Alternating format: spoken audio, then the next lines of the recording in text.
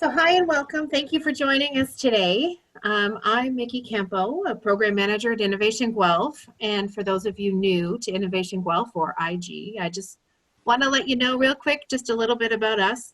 IG is a nonprofit and is one of a group of regional innovation centers located throughout Ontario. And while we do service Guelph in Southern Ontario, we do add programs and services to support innovative and scalable businesses of all sizes throughout Canada. So I welcome you to check out our website for more information. It's just innovationguelph.ca. But enough about us. Please let me introduce you to today's awesome facilitator. You see her on your screen. Welcome, Melissa Durrell. Beginning as an award-winning journalist, Melissa reported the news from Toronto and Ontario, in Ottawa and Saskatoon and Sudbury and Kitchener-Waterloo for nearly all the metropolises. For almost 2 decades. You wouldn't know that from looking at her, from founding her own startup.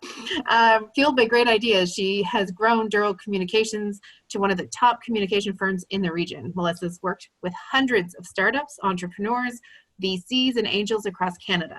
And she uses her insider knowledge to gain local, national, and global exposure that tells the amazing stories of her clients to get the word out.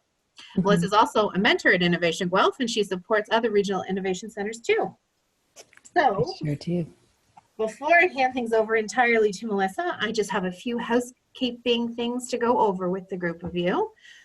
This session today is being recorded. It'll be live on our YouTube channel within the next 48 hours. And all attendees are going to be muted throughout the presentation, but we welcome you to turn off your cameras as well. We won't be, we're not actually looking at any of your smiling faces this afternoon. To interact during the session, which we encourage you to do, please do ask questions, pose questions or comments. We just need you to raise your hand, so you can do that at the bottom of your screen. And you can type your questions either to me, Mickey Campo, or to Wes Rowley.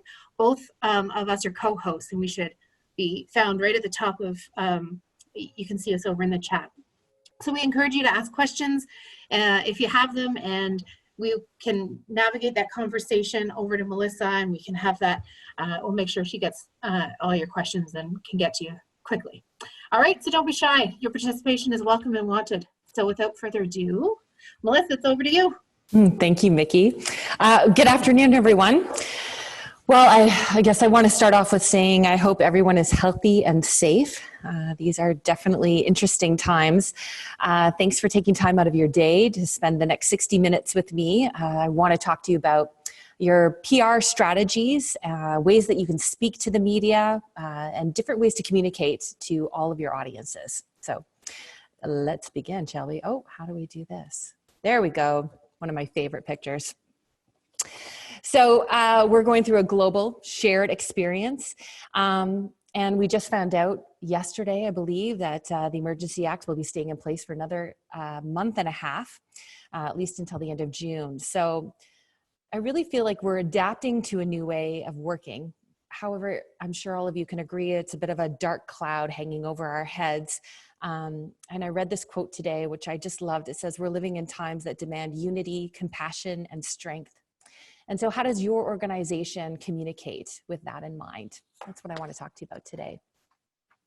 So as Mickey mentioned, I'm Melissa Durrell, and I'm really excited to be chatting with you today about your public relations strategies. So let's start with the certainty, and that we'll be studying this COVID pandemic because it's such an extraordinary subject, and we'll be studying it for years and years. But it'll be over at that point. And I think what I want to say is we're not certain about what's happening right now, but we are certain that it will eventually end. And so I think it's really important for us to keep that in mind as we start to think about how we communicate. The first thing I wanted to chat with you a little bit about is what I'm calling the pandemic pivot. And I'm sure many of you have heard this as well. And that's for many of you are running organizations, and we're about 4 weeks into this at this point. And have you thought about what you can do to help? And, I think about some of the organizations that I'm really fortunate to work with. If you've heard of the company called Inksmith, they're doing the Canadian Shield. They were an education tech company. They've now pivoted to making PPEs, personal protective equipment. And so this isn't what they did, but the government's come forward and said that they need support in many areas. I think about Bauer, they've also pivoted to making PPEs. Waterloo Brewing and Murphy's Law, Waterloo Region Southwestern Ontario company, they've turned their distillery into a hand sanitizer plant. Darwin AI for lung radiography. So is there something within your organization that you can do a bit of a pandemic pivot? Is there a way that you can help? And one of the things I just wanted to bring forward was that the government has several sites set up. There's provincial and federal sites that are set up that can help you if you were looking to do that pivot. There's grants available as well. And that's a really interesting way to start to look at what the next 2 to 4 months look like if there's a way that you can do it. Now, you can also look at it in a manageable way. So if you're a food company, a restaurant, looking at donating to frontline healthcare workers, or looking for sponsors to buy the food that you think can be given to frontline healthcare workers, that sends a positive PR message for your organization. And I think one of the things that's really resonated with me over the 4 weeks of watching organizations try to figure out how to communicate in this time is that kindness is such an important part of this, and being human and being kind to other humans. And I think so often with our organizations, we start to, many of us are under an enormous amount of stress. And I will absolutely say, I understand that. I run my own organization, I understand it. But are there ways that you can give back? Because I think generosity is such an important part. And I would definitely encourage everyone to look at their organization and look at ways that they can give back. And then let's talk about how we can include that into your public relations strategy. There's a couple of websites that I'll have Mickey and Wes send out at the end of this, but it's a pretty easy URL. It's called covidhealth.ca. It can tell you if you want your employees to volunteer, or if you want to volunteer as your organizational leader within your community. There's a lot of opportunities that you can help and take the strengths from what you do in your organization and bring it forward to help during this time. So moving on. So essentially, when we talk about public relations in a crisis time, it's a pretty easy, the crisis hits, and that was the pandemic. What normally follows after that is the initial response. So what does your organization do? They roll up their sleeves, they start to get organized. I'll go through all of these. And then we want to assess the response impact. We look for some resolutions, and then we evaluate and evolve. What's really interesting about this time is that normally a crisis will explode something within your organization. I'm sure many of you have crisis communications plans already in place. What's the worst thing that can happen to your organization? You think about it. How are you going to answer those questions? What are you going to do? It has a short shelf life.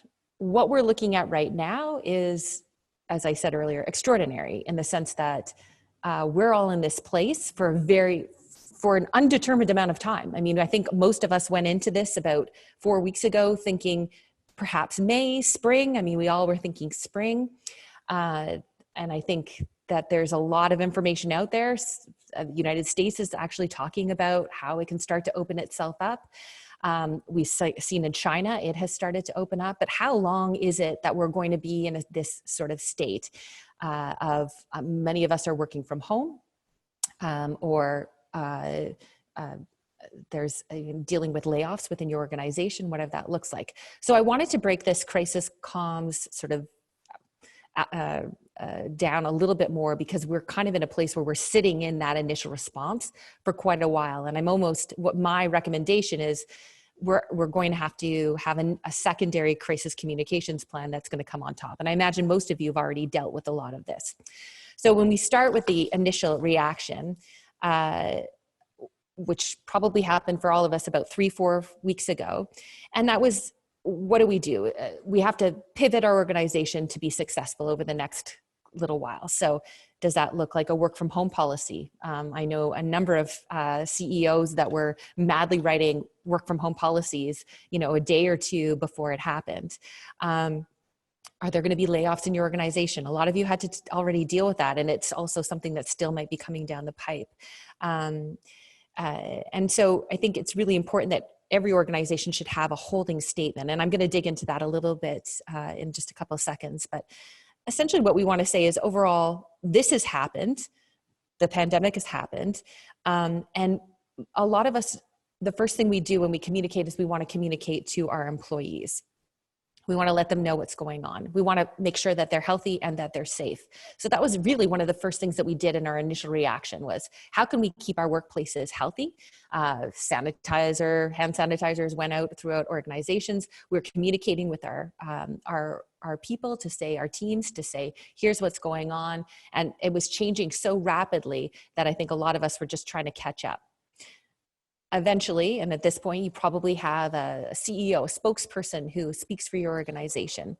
And at that point, you start to figure out, okay, we've dealt with our employees, they understand what's going on. Now we have to communicate to others as well. So did you go to a list? Did you have an internal list, which includes your employees, your partners perhaps, that you've made over the years that you've been in business, your customers? So how did you communicate with them? And so oftentimes we go to a statement, and writing something like that from scratch, which, you know, I'm sort of in this weird place where I think a lot of you probably done some of this work. So I'm going to kind of touch on it, but I do believe it's important after this to actually look back and see what you did 3 to 4 weeks ago and see if it needs to be updated further. And a great place to go to find your company statement is to go back to your company mission. Look at some of your values, look to your founder. If you're the founder, what was your big why? Why did you start your organization?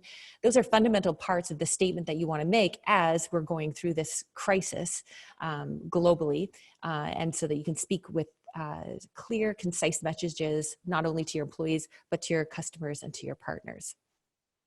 Another great resource for looking to something like that is your boilerplate. That's usually on the bottom of your releases, your news releases. So how did it go? And I'm curious to hear when we get to the Q&A how that initial 3 to 4 weeks went. Did you communicate clearly? Imagine many of us lost customers. Did you gain some new ones? How did that happen? Did you make a statement? Did your CEO make a statement? Did you do a media advisory? Hold a press conference? Did you have a staff town hall, a staff briefing? What were the sorts of things that you did to communicate? Did you do a social media post? Have you actually gone back to say, look at how your audience has responded to those messages? And I think that's a really important takeaway that I hope you'll all write down is look back at what you did. And I think what I'd like to do right now is transition into what I like to call a holding statement, which is essentially what you do when you come into a crisis. So while many of you might have this, it's an important thing to look at again and see if it's something that you need to update. So when we talk about a holding statement, we go back to I'm a reporter, so I always go back to the questions. So who, what, when, where, why, and how. And so when we look at that, it's important for you to write out all of these. So who is being impacted by this crisis? What is it that we're dealing with right now? We want to be really clear, because the more clear that we are, it helps us craft our holding statement. Where? So is it affecting us in our community? Is it affecting us globally? How is it affecting us? Where is it happening? When? And this is one of the things I wanted to talk about when you're making a holding statement. Oftentimes we don't have all the answers to all of these questions, and it's okay to leave things blank, because it allows you that opportunity to make sure that we're not giving out false information. We're giving out clear, concise information. So if we don't have an answer to when, even the Prime Minister, when he speaks, we don't hear him say when. And I think that that's a really important point to make. So I think at this point, a lot of us are sort of the people who are, we did see Donald Trump get into this when he said, we're going to be open by Easter, and then he had to walk that back. So if you don't have a clear, concise answer for some of these, feel free to leave them blank. That's okay. and why is this all happening, and how. So after you've crafted these statements, you want to look at the answers above. And as I said, craft a factual statement based on what you know from an organizational standpoint. And then look at those blank spaces. What don't you know? And we can use that to craft our action plan. A lot of us are trying to figure out, are we going to have those events that we were planning in the summer? There's a wide variety of companies on this call, so it's hard to pick just one in particular. But if you were planning on launching a new product within your tech organization, those plans might seem a little bit off kilter because we're not exactly sure when it would be appropriate to be doing a launch. We'll talk about that a little bit more later, but so let's look and then close with your timeline for getting back with more factual information. So we're all in the same place here. We don't know when this is all going to end, but I think it's important to let your customers and anyone else that you feel is important to let them know that you will be getting back to them with more information. And it might be a good idea for either if you have a comms team or you're working with a comms team, or if it's a CEO that's wearing many hats, to actually calendarize that and think once a week, go back to your holding statement and see if there's more information, because especially at a time like this, communication is so key. That's where you see organizations that are doing really well and organizations that are floundering. And it's all comes down to how they're communicating with their current clients, the clients that had to leave for various reasons, and their new clients that are coming on board. And then finally, when you get that holding statement, where are you going to put it? So is it important for you to put it on your website, or are you going to put it out on your social channels? A little bit of both. Oftentimes it's important for you to figure out where are the channels where you're going to get the most exposure. Do you have a newsletter? Is that a good way that you communicate with current clients or potential customers, that kind of thing, so that everybody's in the know? I would say probably one of the most interesting things that I've noticed coming out of this is just the amount of social media and the way that people are connecting through social media. And so, when we're talking about a public relations strategy during COVID, social media has to be one of the top things on your list. And we'll talk a bit more about that, because essentially what we want to do is, how do you get out those key messages? So essentially, a really great place to start is to start to think about who are the people you want to talk to. So what are those channels? So media are a really great space, especially when we're talking about COVID-19. And if there's a way that you and your organization are doing something to help the effort, and that doesn't, if it's not a monetary thing, it could be a voluntary thing. It could also just be a shining light on positive things that are happening in this world or within your industry. I think positivity is key. A lot of people are at home. Social media activity has been off the charts. So using social media is a great way to connect with people. Okay, but let's pin in that for a second here. You want to talk to your customers. So is that your sales team that's going to be reaching out to them? A really important part of communicating to people properly is to figure out who are the right people to be speaking to them on behalf of your organization. So first we want to figure out who they are, and then who is the conduit to them, and also what are we going to say. We'll come to those key messages in a minute. You can talk to investors. So a lot of tech companies have investors that have equity within their organization. Oftentimes we're doing quarterly reviews with our investors. And so perhaps it's a good idea to close that communications gap a little bit during this time to keep them updated on what's happening. Government, if you're an organization that's doing government relations, we should be letting our other officials know what is happening with your organization during this time. Keep them up to date. They can be great cheerleaders. They can also help with roadblocks and red tape. So keeping them up to date on what's happening with your organization is an important part. We don't want to forget about that. And then the general public. So what do they need to know about what you're doing and how you're getting through this crisis? So as we said, those are who we want to talk to. How do we talk to them? It's a really great way to keep everything in a nice, snug little box, if you will, is to have all of this done beforehand, which many of us didn't have done. So it's okay to start now. So let's look at who your media channels are then. So are you often on your local radio station? We've got a lot of digital newspapers or actual real print newspapers that are within our communities. Do you have a relationship with some of the reporters there that can help tell your story if it's COVID-19 related? And if it's not, is there a right opportunity or a right timeline or a right hook? Not an actual right hook, but the right story hook that could actually get you into the media, into stories at the right time, even despite the fact that you're not part of the COVID-19 media landscape, which is predominantly what's all reporters are talking about right now. Your website, assuming everyone's got the Google Analytics on it, we'll know who's reaching it. Having some sort of blog or even a banner talking about how your organization is dealing with COVID is super important. Newsletters. I mean, don't forget that your e-newsletter is a great opportunity for you to be connecting with either many of our newsletters are our current clients and clients that may not be with us anymore, or perhaps people that have signed up and they're interested. This is a great way to communicate with them. And you might even want to look into some advertising as well if your budget allows. So actually, I did want to just mention, I'm going to go back one, sorry. I was driving, I know, which is weird because I've been walking everywhere, but I was in my car today and I drove by a theater, a film theater, and up on their marquee, obviously they're not doing films, but they put out a message of hope, you know, we're closed for now. And I thought, what a great opportunity. It made me think about all the communication channels you have. So, you know, a lot of these are you know, media, social media, website, newsletters, advertising. These are things that we think about automatically. But if you have a bricks and mortar building, you have big windows that you could put information on.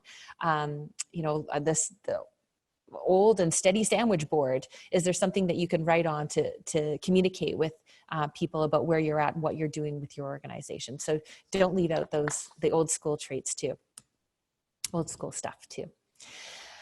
Okay, and one thing I really highly encourage, and if you have this already, cheers to you. If you don't, this is a really great time for you to think about who are your friendlies. We call them, it can be anything from media, so journalists that you have a good relationship with, you're friendly with, if you will, clients that have been with you from the beginning, or you know, always give you the 5-star Google review, or, you know, those kind of people, mentors that you've worked with in the past that you had a great relationship with, and they believe in who you are and what you're doing with your organization. Any bloggers that you might know, there's a lot of what we call micro bloggers. So they don't have a huge reach, but they have quality of people that read them, and they happen to be close with you. Even politicians can be a really great friendly list. And I think having all of their names in one space, having their contact information, being able to use this list is a really important, especially during times of crisis. Being able to activate those people to be able to speak on your behalf is really important. So I encourage you all to make a friendly list. Okay. So the next part of what I wanted to talk about is really, how do you create a key message? And so for lack of a better acronym, GAME it is. So it's the framework for strong messaging. So we want to dig in a little deeper here, and I want you to think about the why of your organization. And often you might have heard the term grounding statement. This is our grounding statement that we want to create. Consider it your goal for every interview. So if you're doing an interview with the media, or you've locked that down, we want to make sure that you've got the right key messages. So the first one is, what's our goal? It's important to think of when we're speaking, when we're putting together our key message, we have to have an idea of what it is. Sometimes we'll talk, it's a call to action. That's a marketing term we use a lot. What do you want people to know about, to learn about from your key message? Basically, if I can just sum it up really easily. It's like to do X in the interview so that Y happens. So I need to do this so that this will happen and the outcome. That's really one of figure out what that goal is. And every interview will be different. So your key messages may change depending on the story. As we speak specifically about COVID-19, what is it that the key message that you want people to know about you so that they can do fill in the blank. Audience. So oftentimes we think of our key messages, we tend to get into a jargony space. We start to, we go back to our marketing or sales language, and that's really not what you want to do with a key message. It needs to be regular English, communicating English. And oftentimes with our key messages, they are spoken. So it's, and the way that we speak is far different than the way that we write. And so it's really important to think of who are we actually talking to? And I often say too to people, it's interesting because when we talk to journalists, oftentimes it's like we're having a one-on-one conversation with them. And I think so oftentimes journalists are an important part of it, but it's not them that we're speaking to. We're actually speaking to their audience. And so having that person in your mind when you're thinking about your key messages, what do they need to hear about what you're doing during this COVID-19 pandemic? What do they need to know about your organization? And so the journalist might ask that question, but if you're not aligning with the audience and what they're interested in, then they're not going to listen to what you have to say. So really think clearly about who that audience is.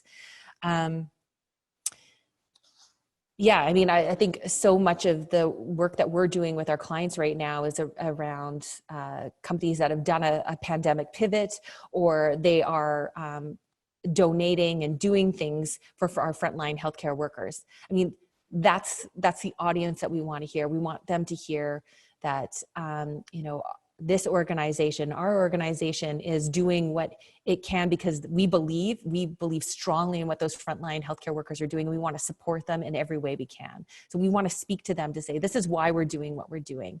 We believe in you, and we thank you for it. So having that idea of who that is, thanking them for the work and that they're inspiring. So moving on to now getting to what the actual message is. So crafting that message in a storyline. I often talk to people a lot about what does it mean to how to tell a story.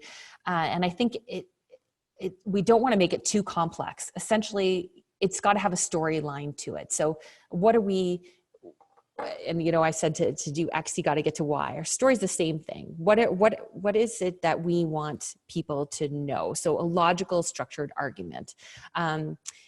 And I think people think too hard about this message so often. So, you know, a really great way to do it is just to do a knee-jerk reaction. So what do I want people to know? Just really simply, and then write something down and then take a look at it. And that's kind of the baseline for where you can start.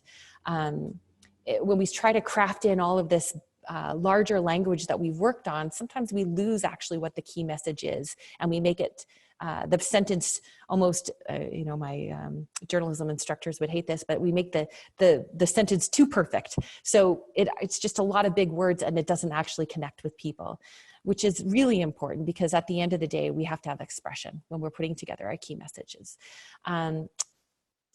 People need to understand and feel the story, the key message that you're telling them. We had a client on CTV this morning talking about, so, you know, when we look at the whole COVID-19 storylines, they've changed significantly.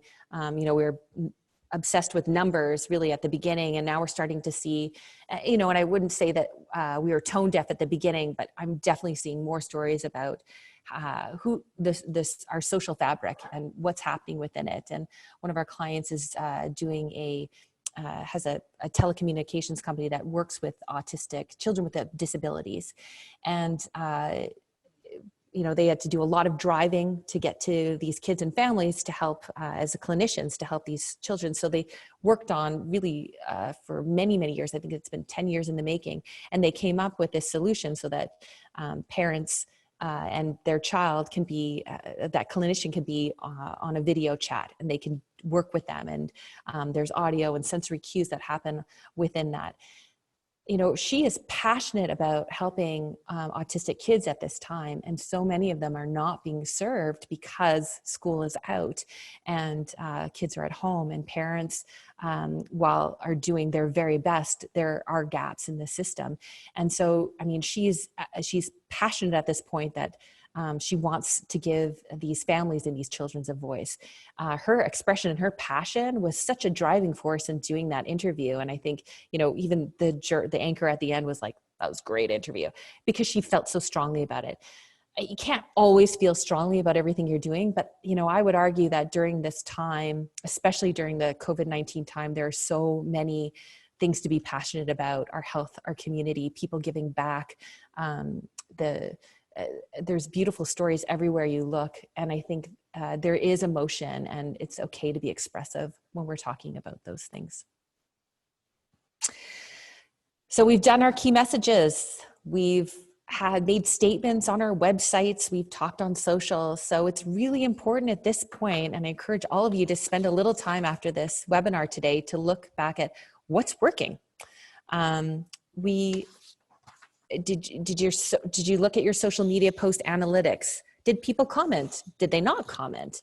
Did you do a newsletter? Did people click on the statement in your newsletter that led them to the COVID statement on your website? What worked? How did people know? Have you got feedback? If you haven't got any feedback, maybe it's important for you to connect back in with your customers and your clients to find out if your message wasn't actually aligning with them. And that's a great opportunity for you too, to get a little bit of feedback on how you're communicating for your organization. So I highly recommend putting together a document, and at the top of it, it's just, what have you done so far to communicate? What public relations have you done over the last 3 to 4 weeks? And 2 simple columns: what worked and what didn't. And that's going to help you over the next 6 weeks plus as you work through the next part of this pandemic, as we all work from home and remotely.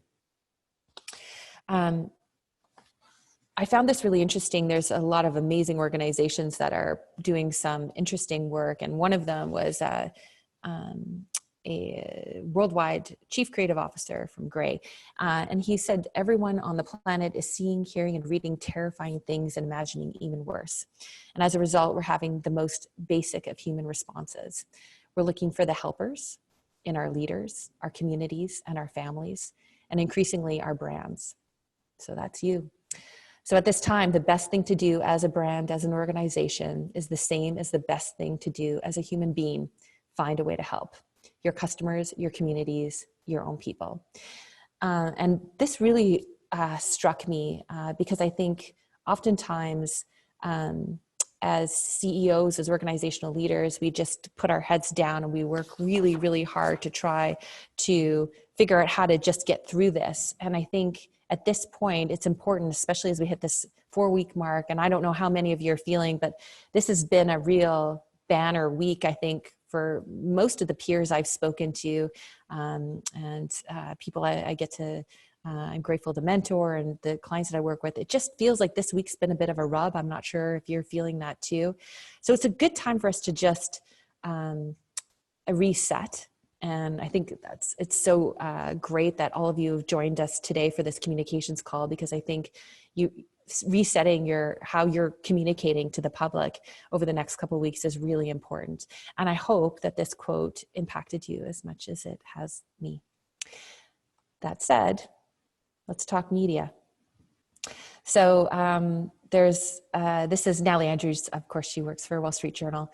And one of the tweets she put up is, I truly wish I could convey to PR people how high the bar needs to be for anything other than coronavirus pitch right now. So for those of you who are not involved in the day-to-day, or you haven't done a pandemic pivot, or you sort of looking for your place, how you can help, basically what this reporter is saying, like, it's the coronavirus or not much else these days. And I just wanted to share that with you. And, it doesn't, and when I was talking earlier about how you can give back, I mean, there's some organizations have a ton of money. Like I was reading, we all remember that Robert Kraft, owner of the New England Patriots, used the team's plane, picked up 1.7 million face masks. That got national attention. So there are stories that are hitting sort of that hard news, human interest. Otherwise, other than, we all know Tom Brady's not playing there anymore, but other than that, the Patriots aren't going to get a ton of headlines, but they did something with the assets that they had to make it better. So looking at ways that you can give back at this time is good without being cringeworthy. Want to add that in. So let's talk media relations. And I think it's really difficult, as I mentioned, to talk about anything other than COVID-19. So if you've got the helping angle or the COVID pivot, the pandemic pivot, then that's great. And one of the things that I did was there was a number of different organizations that were going to be on this call today. And so I wanted to try to hit as many as possible. And there's a great resource. It's an international creative agency called WPP. And what they did was they broke down really what the media are looking for within the different industries. So I'm going to walk through those right now and just see if there's anything that can maybe help you or give you an idea of a story that you might want to pitch. So within healthcare, they've said if your pitch doesn't have coronavirus in it, consider holding it for another time. Healthcare reporters are writing about various health impacts from the plight of the overworked nurse to new ways to handle the intake of those who are showing signs of the illness. For One Health System, we're getting traction with top tier coverage on how they are using telehealth technology, which is one of the stories that I was telling you about earlier with Teleroo, which connects disabled children with their clinicians. So though telehealth is definitely, we're seeing a huge spike interest from journalists wanting to talk about that. I think we're on Zoom today, but I think all of us read about the Zoom bombing that happened over the last couple of weeks and the new security that's been going through at Zoom. So having secure, safe ways for people to communicate through video conferencing is really important. That's whether it's healthcare or technology, which is the next one I'll be talking about, those stories are definitely hitting. The pharma industry is the only news that matters related to potential treatments and vaccines, and of course, diagnostics and its development and availability of testing. So that's really what the journalists are looking for. And this is sort of a North American aspect, as WPP is global, but focused on mostly American, but some Canadian media. So the next step, what I would say, is technology. So coverage is ramping up on the remote worker. So we saw a huge bunch of media hits, and some of our local organizations got some media around how are they doing this. And I think, there's sort of that Inc., the work from home, a lot of those sort of publications were really focused on how to help this, entrepreneur, or how to help the CEOs manage. And I think everyone had a blog, a digital thought leaders were talking about it, best practices. I think I read the headline over and over again, this organization's always worked remotely, learn the best practices from them. I'm sure we all saw those. So that was definitely a big part of it. We also saw a ton of reporting on tech loves its conferences. And so, there was just a tidal wave of industry events that were canceled, from South by Southwest and Mobile World Congress, E3, all of them being canceled or postponed. And we'll see some more. Google, Facebook, Adobe, Apple, they're switching to their online formats.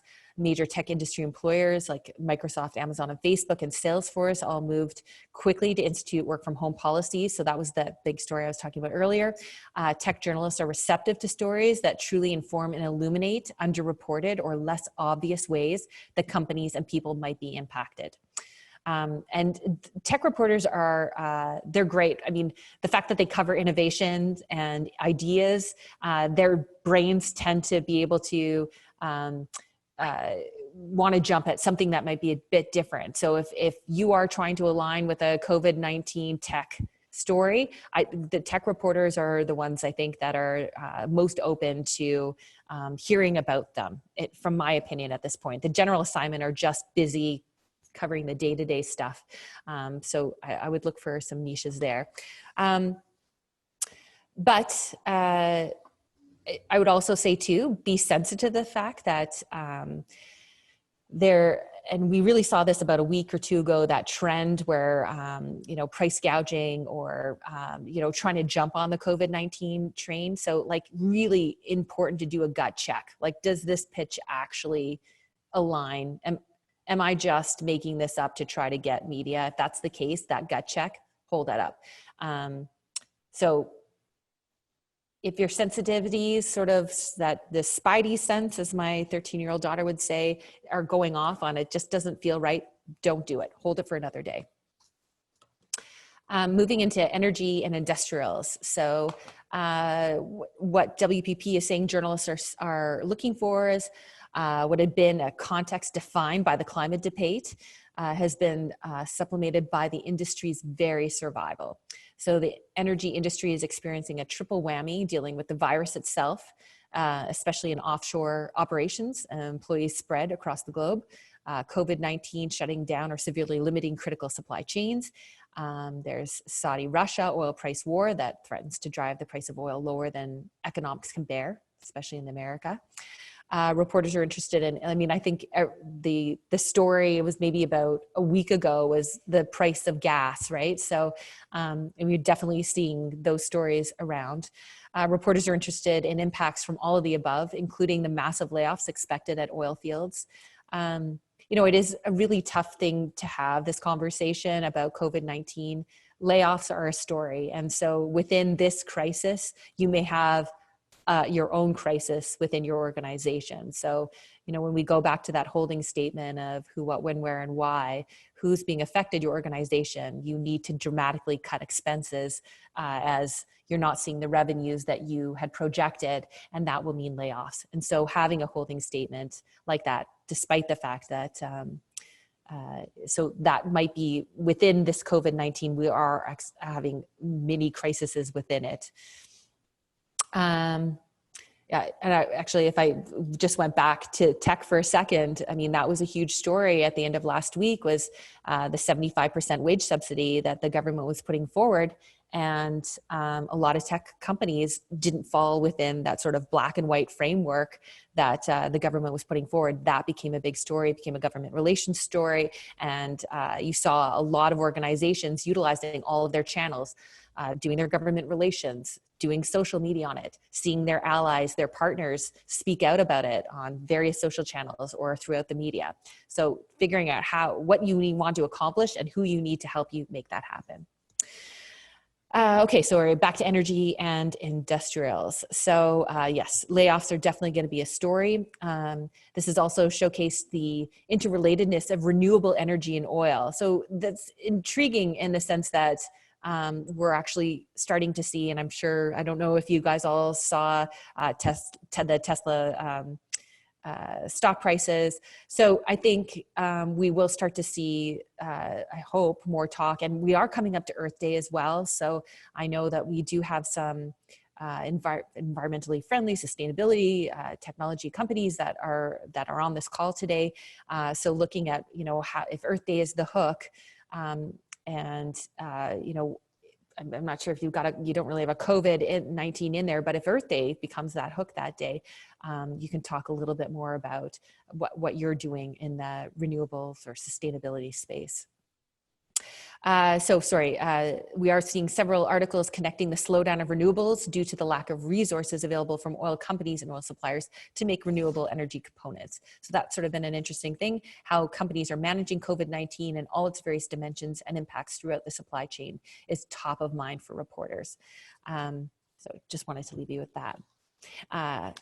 We get to consumers, which I think quite a few of you guys fall into this area. So this is general lifestyle media. They've shifted their focus to stories relevant to current events, although notably they do continue to post unrelated stories from time to time. I would say the last 3 days, I've started to see some other things other than the major things that come out of it. Like murder, crimes, I was a journalist for many years. If it bleeds, it leads.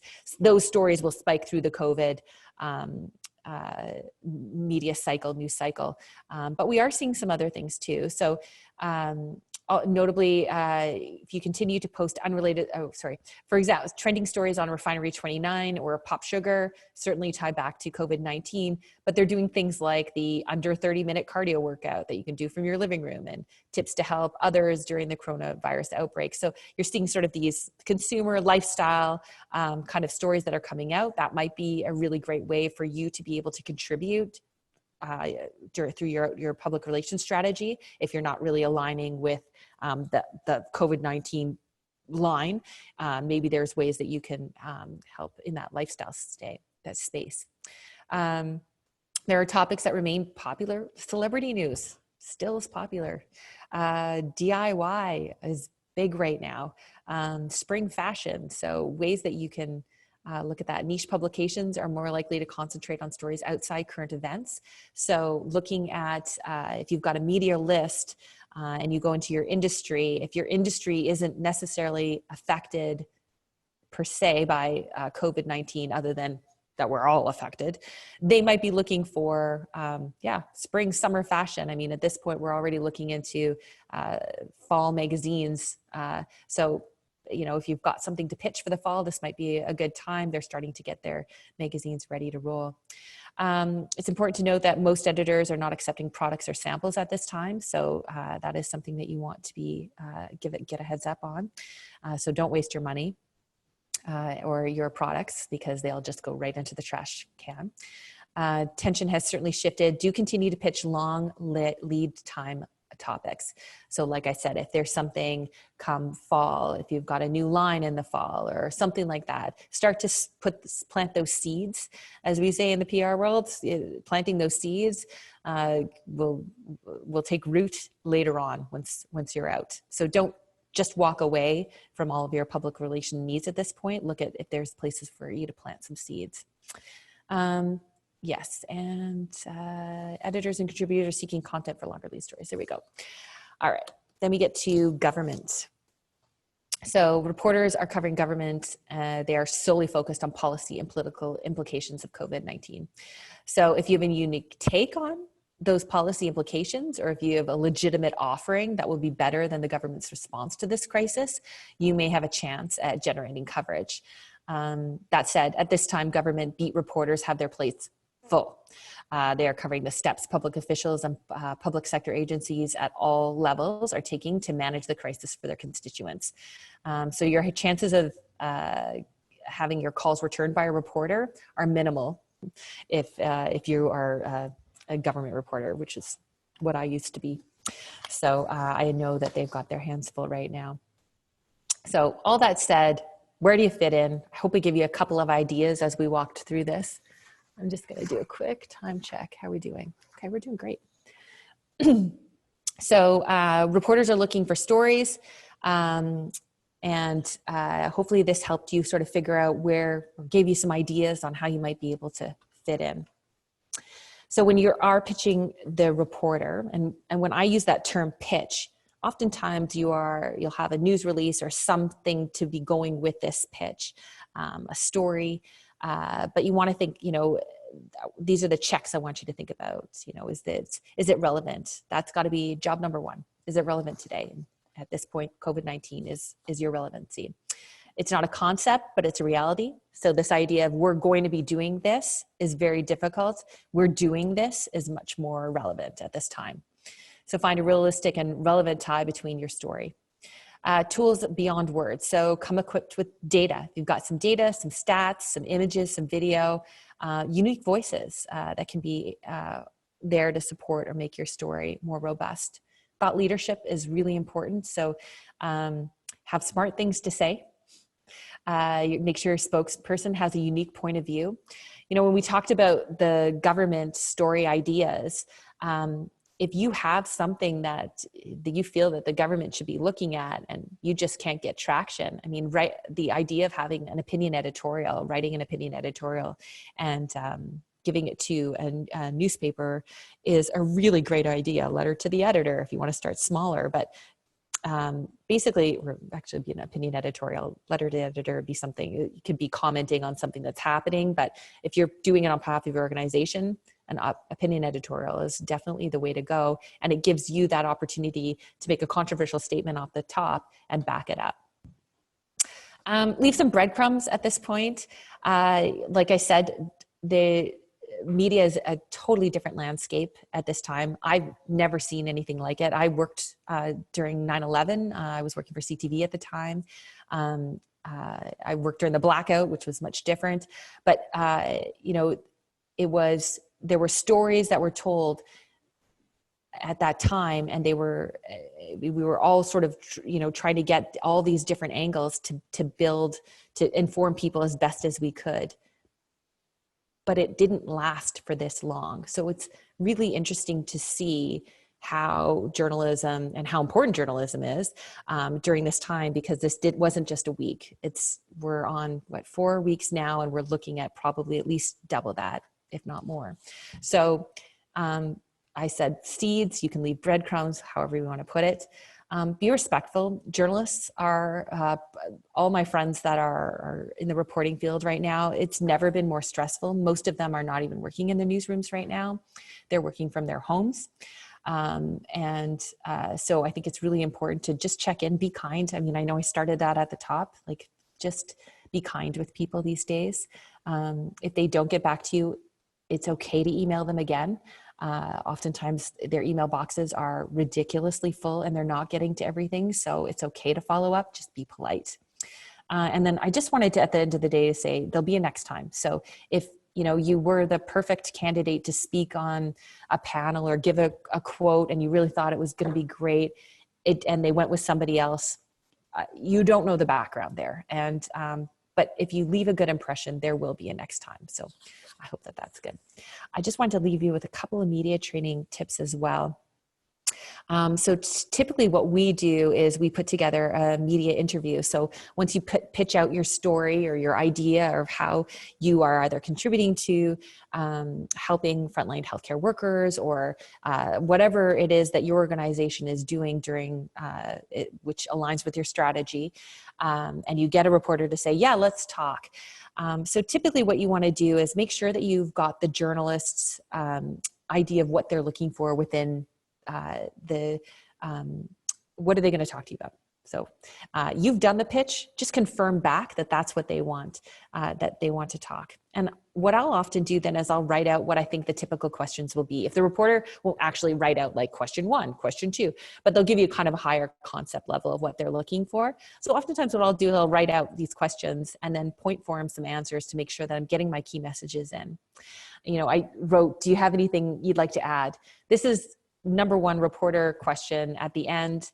I almost always said to whoever I was interviewing at the end, do you have anything else you can add?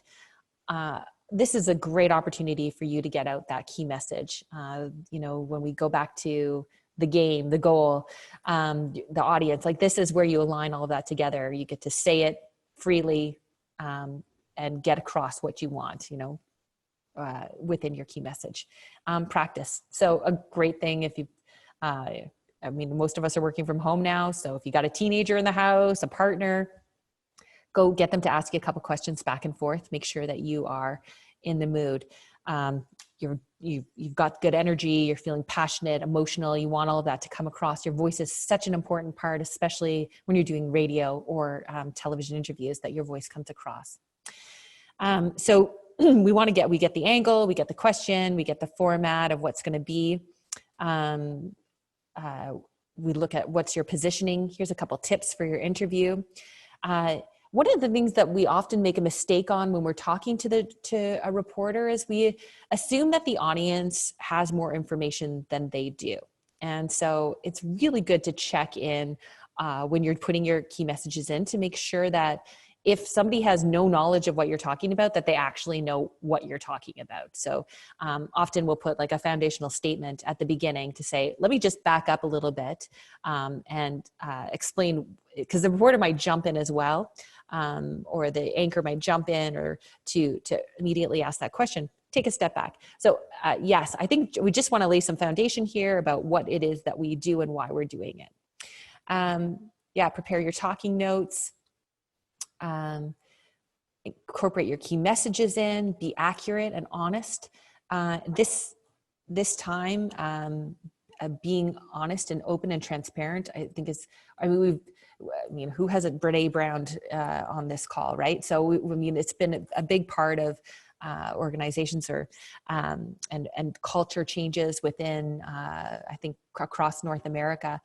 But that said, this is the time that it comes into play, being open and transparent and showing your knowledge in a way and not jumping ahead or going, trying to say something that you don't, that you shouldn't be saying. Okay, don't speak too fast. Make sure that your facts and figures are ready to roll. One of the things I wanted to just get into really quickly is this idea of bridging. So oftentimes if a journalist asks you a question and you want to bridge to something else, we can say, you know, I don't know what that answer is to that specifically, but what I do know is this. So we want to bridge them to the area that we want to talk about. You know, are there going to be layoffs at your organization? For anyone who has, you know, 30 plus employees that are working for them, you know, are there going to be layoffs at your organization? If that's not, I mean, if you're doing the wage subsidy and you are working hard to keep everybody employed, that is not a question you have to answer. So you could say, I understand, you know, at this point, I don't have that information, or at this point, I can't make any decisions like that. What I can tell you today is that we are working hard to keep everybody employed, and we're using all the government subsidies so that we can keep people at work for us, something like that. The other thing I wanted to mention is you'll hear leading questions. So they're basically trying to influence you to what the question. So you might be interested to learn. So if they're leading you into something, the reporter leads you into a question, it's okay to just, you know, body language is such a huge thing, but, you know, just to say, well, actually what you might be interested in is this. So bring them back to what you want to talk about. Flagging. So this is, I also pitch coach as well. And I think flagging is such an important part of public speaking in general. So before you tell somebody something really interesting and you say to them, I'm about to tell you something that's really interesting. I hope you don't forget this. And then you say it, they're more likely to remember it. You flagged it. They put their phone down, you've caught their attention, that kind of thing. Correct an error. So if the journalist says something that's incorrect, you have to say that's not accurate, and make sure that you make sure it gets right, because it's a busy world, and if they didn't get corrected, they might assume that it is right, and they'll use it in their story, in which case now you're looking at something that's been printed or something that's on the air, and you're asking for a retraction, which is far harder than correcting the information at the very beginning. Don't repeat a negative. So you'll see that happen a lot, actually, if all of you are watching the press briefings that we get to see all the time now, which is exciting for my world. But you'll see reporters will go in with negative questions, and they're trying to get whomever they're speaking with, not trying to get them, but they'll repeat the negative back, which can sometimes end up being your sound clip, which is not what you want. Speculating, stay away from that, period. There's no speculating at this time. One of the big tricks, I think, too, with journalists, and I used to do this quite a bit, so I can tell you honestly, that the pause. So it's okay for you to take a pause. A reporter sometimes will wait, and they'll pause. And what they're doing is they're allowing you time to fill in. And that's oftentimes when people might think, oh, maybe I didn't answer that question correctly, so they'll add more in. So I just wanted to make sure that, let's get rid of that, that don't fall into that trap. So I'm fortunate enough to find on Agility PR Solutions, and I highly recommend it. If you go to their resources, COVID-19, they've actually downloaded media contacts. So you can go in there depending on the industry that you're in and download reporters, which aren't normally available every day. So it's nice to see that. And I'd also like to recommend the International Association of Business Communicators, IABC. They have some really good resources too if you're looking for help with your media resource plan. So that is me for time. I just went 1 minute over. How about that, Mickey? Not bad. So if anybody has any questions, I'm happy to answer them. Thanks for tuning in. That's great, Melissa. Thank you so much. So I actually had someone type over a question. Okay. I actually have a couple. So I have one question that says, how often, so we're going back to close to the beginning of your presentation. So how often should we have the spokesperson or CEO communicate our COVID message, and how much is too much? Mm-hmm. So I think a big part of that is to go back to your holding statement. So if there are gaps in your holding statement and you now can add information, that's a very appropriate time for your CEO to step forward and give that message back out again with the new information. So that's an easy one. Other than that, I think, at this point, it's if things are changing. So you don't want to be constantly in your customers or in the media space saying the same thing over and over again. There needs to be something new. So I think the best way for me to answer that is your spokesperson should speak when they have new information to add. Right. Unless, because all rules are meant to be broken, except for some. And that is if there has been a super long gap. So let's say it's been 4 to 6 weeks and you're going to start to see it. I mean, this is a big time for instincts. It's a good time for strategy and planning, but also too, if you're going to see, customers calling in or there's going to be flags within your organization that it's time to have another town hall, another communique out. And so if it's been a long time and you start to see that sort of wrestling, then that's what you need to put it out at that point. But other than that, it's when you've got new information. Excellent. Okay, so the next one is, what about COVID pitches that respond to evolving economic crisis and mental health crisis? So like helping the unemployed and the youth. So how should we get ready to talk about recovery? Oh, that's a tough one. We are not in the recovery. When we talk about recovery, I'm assuming that you mean like coming out of COVID, the pandemic. Is that what we mean by recovery? Yeah. I'm assuming that's what we mean. Because you know what? The person who asked the question, are they still here? Yes, I'm going to unmute you so that maybe you and Melissa can have a conversation. Hey. Yeah, hey Melissa, it's Tanya Domato here. I asked that question, so it was more like recovery over time, right? Because we're facing that there's a lot of the folks that we serve are primarily youth and those with small businesses, and there's a lot of uncertainty and pain out there from an economic perspective, and just when should we be sort of getting ready to kind of talk about that? Like there's obviously a lot of immediate assistance that's needed in the healthcare space. Absolutely. And so many of these organizations that you work with do have solutions. Is that sort of what you're saying? Like they can help as we come out into the recovery? This would be a good place for them to be spokespeople? Or were you thinking within your organization communicating with them?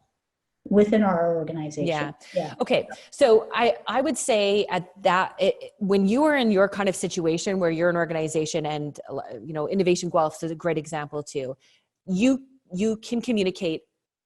I highly recommend communicating as much as possible. So nothing else matters other than public relations at this point.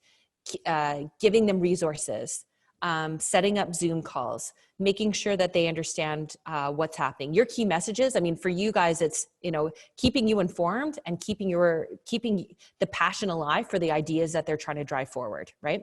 So how can you continue to do that? So all the resources that you want to bring forward, especially when we talk about mental health and youth, doing these kind of connections. So can we do, well, now I'm coming up with ideas for you, Tanya, but yeah, can you connect mentors and small business owners together so that they have a buddy system? Peers are so important at this time, but so are mentors. So I would look at, I think at this point, it's communicating as much as possible. We don't know when recovery is going to happen. And I know that for many people, it's sort of that white light at the end of the tunnel, and no one knows how long the tunnel is. I would be really hesitant, especially with youth, to say, we're going to be back in September, because we just don't know. And I mean, I just read something today about there could be a second wave that happens in the fall, in which case we might be back into self-isolation. I mean, that is speculating. We don't know what's going to happen, but I think it's really important, especially with mental health, to be really open and say, like, let's deal with this week. What are we going to do this week? As far as like, here's the resources that you can have. And then next week we'll do next week. Does that help? No, that's great. Perfect. Yeah. That's tough. And I mean, I do think what's going to be really interesting is what happens in this recovery, especially for public relations.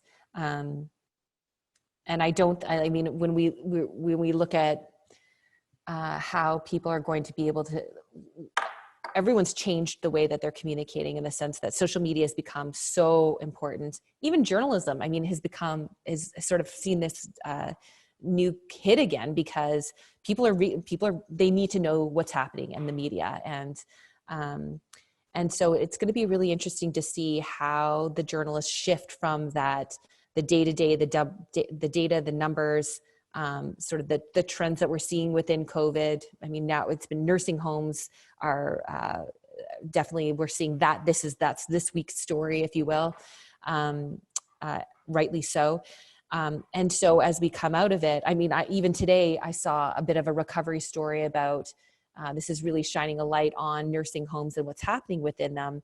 And so what's the plan when we come out? And I think a couple of people are starting to look at, what does the recovery look like from a business perspective? I think Ford just put together a panel of a bunch of politicians to do that. Trump did too. So there are some leaders that are starting to think about, how do we get people back on the right footing? Looking at that, I mean, I would say it would be interesting. Sorry, I'm Tanya. I'm going to sort of the bigger picture here now, but if you can put that into your public relations strategy, it would be movable, because we don't know whether it's going to be Q2, Q3, where it's going to fit. But how do you help with the solution building as people come back online, actually go off online and come back to being human? So what does that look like? And is there a campaign around that? And that's going to be really interesting, and it's really difficult to plan for that. But there will be a time where we won't be doing this to talk to people anymore. Well, not anymore. We'll continue to do it, but we'll actually get to see each other as well. Combination of both would be nice. Mm-hmm, mm-hmm. So I think Wes has some questions for you now that people have been writing into him. Hey, Wes. Hey there. Yes, I've got a couple here.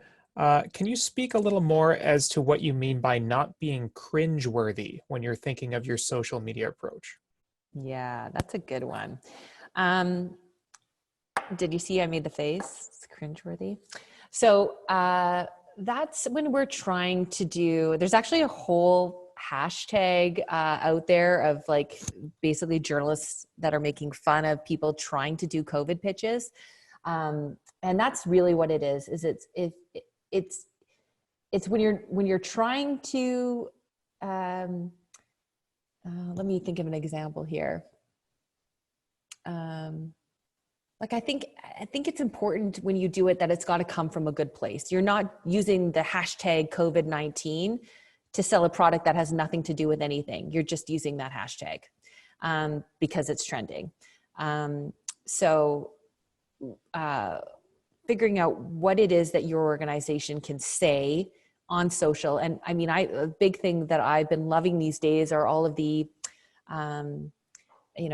helpers shining a light on our heroes, those kind of stories. And that's something that any organization can get involved in, no matter where they are, what they do.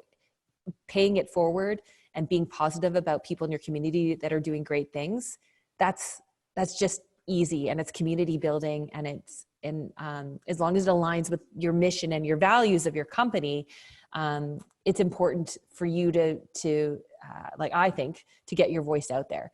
Let me think. The cringeworthy stuff would be, just if you're pitching something or you're putting out on social something that doesn't really align.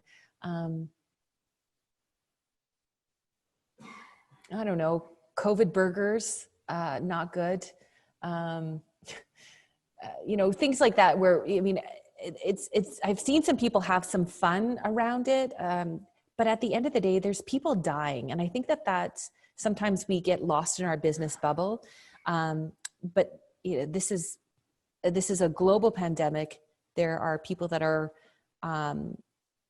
giving their lives every day in hospitals. And I think you just got to do a bit of a gut check. Like, does this feel okay? Humor's all right in some circumstances, but it's not okay when we're talking about COVID-19.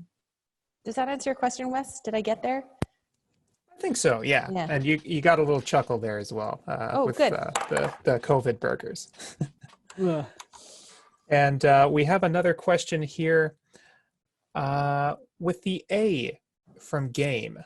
What are some strategies for better understanding the audience we're speaking to? Okay, so I mean, that's a good one. So for every single person or organization, it's going to be a little bit different, but it's essentially what I want you to think about is who is it that you want to connect with? So is it the greater public? Is it our healthcare workers? Is it government? Who are you trying to reach? So when you're talking about your key message, the journalist is just there to help, like to ask you questions about your story. Let me take a step back. Your audience is the person that you want to know what you're doing. So every single person on this call, they're going to have likely have a pretty different audience. When people say their audience is anybody between the ages of, 13 and 80, male, female, non-binary, whatever, like that's not an audience. That's everybody. And that's not, I think it's important that you have to be a little bit more thoughtful about who it is.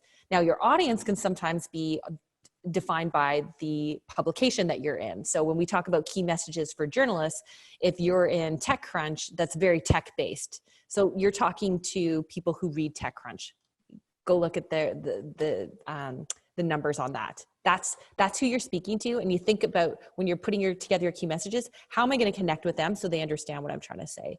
When we're speaking to a reporter at the Waterloo Record, are they a general assignment? Are they a health reporter? Are they a government reporter? That's what their standpoint, that's where their base of knowledge comes from. Those are the types of questions they're going to ask. So who are you talking to in that standpoint? I mean, most of the people on this call, I believe, have they have a product or service. So who needs that product or service? That's who you're talking to for the most part. Unless you're doing, and then I will just put this little caveat on it, unless you're doing the community building part of one of the things I'm really encouraging people to think about during this movement, and that's if you're utilizing your resources to help in the community during this pandemic, in which case you've got delivery trucks. So your delivery people are comfortable wearing the mask, and they can do deliveries to hospitals or food to hospitals or to nursing homes, whatever that looks like. That's a different story because your organization doesn't normally deliver. They might deliver water or they might deliver something else. So this is different from what they're doing. You're doing that to build community. And so when I think about that audience, it's not so much about building your brand and your customer base. It's about doing things good for the community. And you need to be in a humble space at that point, and that you're speaking to the community, just grateful that you can help out during this time of crisis. So it's a different audience, a different feel. I hope that helps. Cool. I'm going to hop in with another one. Is that okay, Wes? Yeah, for sure. Perfect. So somebody else sent in a question. This says, Melissa says it's important to communicate a lot. So how do you strike a balance between providing value and just contributing to the noise? And does original content play a role in any of this? Ooh, yeah, baby, original content. So, you know, we always go back to sort of the paid, owned, and earned. That's sort of the within all of our public relations and media strategy. You know, paid's the advertising, the marketing stuff that we do, or paying for an advertorial in a paper where, you know, you really own that statement. That's your, it's your words. Owned is the content that you're creating. So, okay, when I say communicate a lot, I think it's really important to communicate to your staff. But I do, when I look at social media, for example, you don't want to be tone deaf at this time. So, you know, things like a product launch, just be really wary. I mean, there's milestones that we're hitting constantly throughout this COVID battle. You know, I think we're about to hit that 2 million mark, or maybe we just did. Just, you know, or you know, the most amount of people that have died from this flu. There's going to be milestones that we hit throughout this. And I think you just don't want to be tone deaf. That's not the day for you guys to, you know, to do a big launch of something, because, you know, the world is so affected by these numbers that we're seeing. So you just need to, it's just being really aware of it. So, okay, back to communicating a lot on social. So, you know, I think having a social campaign around highlighting heroes, community builders, you know, those are great things. Paying it forward right now can be substantial. If you have something that you want to say about people who are doing good things, or ways that solutions that aren't being looked at, that's an important thing to communicate. So it depends on what you're communicating. I would never communicate for the sake of saying nothing. That's just dead air, and you're taking up space. Somebody else could be saying something more important. So, Great. Yeah. Thank leave you. it there. Yeah. Does anybody else have questions? Do you have some Yeah, more? I've got a couple more here. One, let me just have a look here. If someone has an online shop, like say on Shopify or the like, do you feel that they should address the COVID situation somewhere on that page? On Shopify, that's interesting. I mean, Shopify's pages are much like websites. I think it's important. Now, I don't know what you're selling on your online store, but I do think it's important whether you have a banner or a link, or find out. I mean, sometimes you can just do a really tiny one at the top. I'm not sure. That's going to take a web designer or not, but even if it's something like, here, see how we're dealing with COVID-19 to make sure our employees are safe. I mean, I think it's really important to make sure if it's an online store and you're making things, people want to know that they're safe. You know, what sort of what does the manufacturing plant look like? You know, it's a good place if you want to talk about supply chain. So don't worry, our products are, we've locked down our supply chain. We will be continuing to sell throughout the crisis. It's just important to communicate with people who you are and what you do and how you're managing through this. So yes, I would say you could either have just like a tiny banner or something in there that might link people back. If you don't have a regular website, you could link them to a LinkedIn post, something like that. So it takes them off Shopify, but they can see if they're curious. And that, you know, that's basically just building brand awareness and keeping people informed about who you are. I mean, it comes back to your why. Why did you start your online store? And you know, there must have been a passion behind it. And so as our community goes through this, you're feeling it deeply, and this is how you're addressing it. We're all part of this together. Okay, great. And one more here. You mentioned the importance of transparency. How transparent should I be with the difficulties my business is facing? That's a tough one. You know, if you go to the Brené Brown school, I think it's, you know, you want to be as open and transparent as much as you can. Yeah, I think it's important to let employees know, or to financially know. I think if we're talking about a public relations strategy, I'm going to take this in two steps. There's the internal and the external. So when we talk about internal transparency, I think it's really important. Your greatest asset in your organization, if you're lucky enough to have it, is your team. And so it is so important that they understand what's happening and where you're at. And I think it's okay to say, I don't have all the answers, but today we're going to do the best job we can, and tomorrow is going to be a great day too. And just being very motivational and trying to keep everybody open. I think it's no secret. I mean, people are laid off everywhere that you look these days. And so I imagine if you are in a place where you are, you do have staff, it's definitely on their mind. So it's important for two things. One, so that they know where they stand. And then secondarily, so that they have, that they're not worried about it. People do better work when they're not worried about getting laid off tomorrow, right? So I think you got to be open with your financials that way. But you're still the CEO, and you're going to have to make tough decisions. So knowing that that's the case. Externally, I think you want to be really careful about it. It's interesting because I recently did an interview talking about a rent subsidy for business owners. And one of, it's obviously a huge issue for many business owners who are spending rent every single month on places that they can't be in. And so, a lot of us Gen Xers and baby boomers are taught not to talk about finances, but sometimes it's important to make that point. So it depends on the goal that you're trying to achieve when it comes to that. So I felt that in that case, and I'll use my own personal story, it was appropriate for me to talk about, the financial weight I was under because of the rent rates, not just for me, but for many of the other CEOs and presidents that I'm friends with and peers with.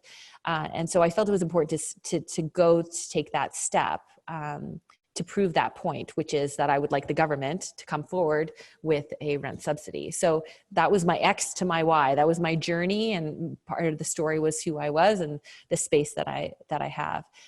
So it's just so there's no black or white answer for this one. I think it is important to be open with your team, but at the end of the day, you're the one who has to make those decisions.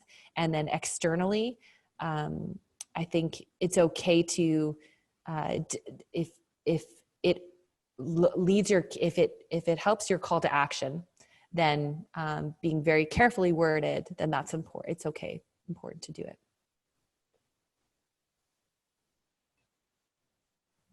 My tummy just growled. I hope you didn't get that on the microphone. Nope, we heard you talking about it. So I'm just curious, could you flip to that next slide for me? Is there any more questions? Because You've got one more thing to do here, which is line up the next panel. I just want to let people know about the other one before everybody goes. I think we're out of questions, Melissa. Great. Thank you. So that was awesome. Thank you so much. I have had a few messages come in just saying how awesome you are. But thanks. It was my pleasure. We know that already. Thank you. Thanks for coming. Thanks for showing up. And thank you, Melissa. It was great. And we will share your slide deck and whatever links you mentioned and any kind of information. But this itself, the whole presentation will be up on YouTube in the next 48 hours. And also coming on Friday, we are doing a business leader panel. That's my experience navigating a business through crisis. And we have 4 really interesting people on the panel that are all going to share their stories and their tips, kind of the journey through the struggle and the light at the end of the tunnel, those kinds of stories. So I think if anyone left here on the call has an opportunity to sign up for that one, I would highly encourage you to come and spend an hour and a half with us on Friday afternoon. It is from 2:30 till 4 on Friday. And then that ends our series. But I'm thinking it's only the first series of maybe a series of series from the sounds of it and from the response that we've been getting. So our social media and our communication will be all of flutter in the next little while, trying to figure out how to move on from here and see what we're going to offer next, because I do feel like we're all hungry for more information, and this is something that a lot of us have never had to work through before. But I do feel generally that there's a lot of hope. There's a lot of positivity amidst, there's a lot of people scared, but there seems to be a lot of hope as well. And I think I'm hoping that we all come out of this in a kind of a much better headspace. I think that there will be some interesting lessons to learn through all of this. Gratitude is so important at this time, and giving back. Really, I think that's the one thing you take away. I hope you give back.